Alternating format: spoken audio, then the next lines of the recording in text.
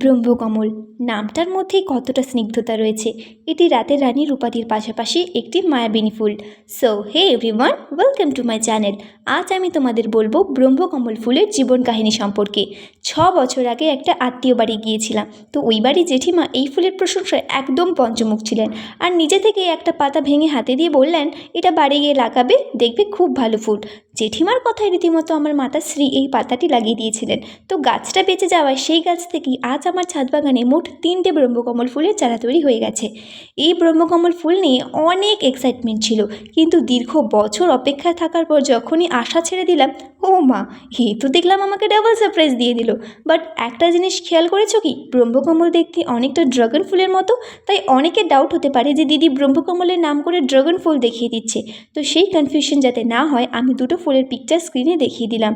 আর এই এত সুন্দর ফুলটা কেবলমাত্র রাত্রে ফোটে, আর সম্পূর্ণ প্রস্ফুটিত হতে মহারানীর 3 থেকে 4 ঘন্টা সময় লাগে।